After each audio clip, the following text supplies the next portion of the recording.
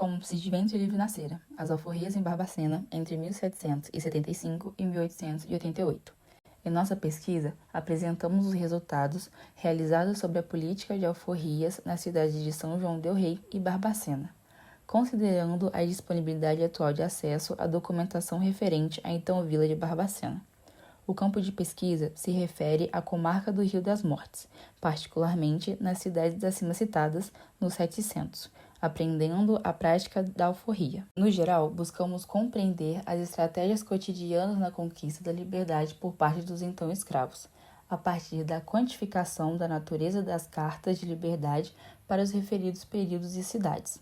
Já nos específicos, buscamos quantificar as alforrias segundo a natureza das cartas, classificando a partir da ligação das alforrias, sendo essas concedidas por gratidão, gratuitas ou condicionais, ou se eram compradas, à vistas ou quartadas.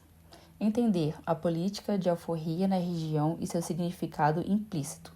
Caracterizar o escravo como sujeito histórico de cunho singular, assim buscando promover um espaço pedagógico de interface com o ensino de ações afirmativas, positivas, com a população afrodescendente. As fontes que proporcionaram este trabalho são as Cartas de Liberdade dos Escravos, presentes nos livros de notas nas cidades de Barbacena, São João del Rei e São José del Rei.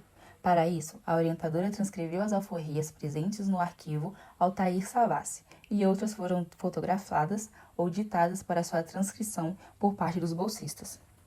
Depois de transcritas, foram organizados em um banco de dados com as características do processo de alforria. O tipo de alforria, gratuita, condicional, onerosa. Subtipo, onerosa, quartada, onerosa, condicional, testamento, gratuita. Valor, condição, motivação, local, data do registro, senhor, gênero do senhor, escravo alforriado, gênero do alforriado, nação, cor, local, idade, ofício, observações gerais, tabelionato de notas e número do livro e folhas do livro. Primeira etapa, organizamos os dados de São João del Rei com 5 livros de notas do primeiro e segundo ofício, e na segunda, organizamos de Barbacena com 3 livros de nota e 1 livro para a vila de São José del Rei, onde ambos pertencem ao cartório do segundo ofício das referidas vilas. As variações das alforrias dos libertos se davam entre gratuitas, as condicionais e as onerosas. De acordo com o primeiro gráfico, as condições das alforrias entre 1775 e 1850 são, em sua maioria, em São João del Rei, as onerosas com 53%, em Barbacena, as gratuitas com 52% e em São José del Rei, as onerosas com 43%. Em relação às manuscrições gratuitas, elas indicam que não houve relação monetária, mas uma permanência sobre o poder senhorial.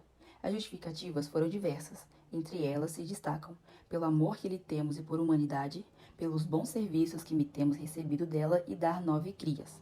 Com isso, a alforria gratuita era o entrelaçamento de sentimentos e obrigações que o escravizado enredava consciente ou inconscientemente ao seu favor. No segundo gráfico, demonstramos o percentual de gênero de homens e mulheres alforriados, onde o sexo feminino tem grande disparidade, uma vez que trabalhavam em atividades ligadas ao comércio e os homens em grandes lavouras. São João del Rei apresenta 57% mulheres e os homens somam apenas 43% entre crianças e adultos. Barbacena, 43% homens e 57% mulheres, incluindo as crianças.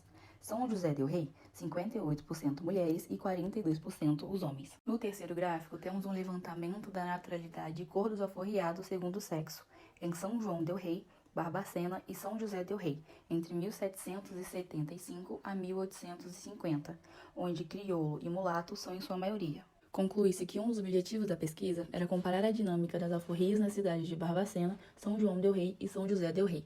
Porém, ao mapear as fontes para Barbacena, observou-se que os livros de notas ainda estão sob a salvaguarda dos cartórios de notas da cidade.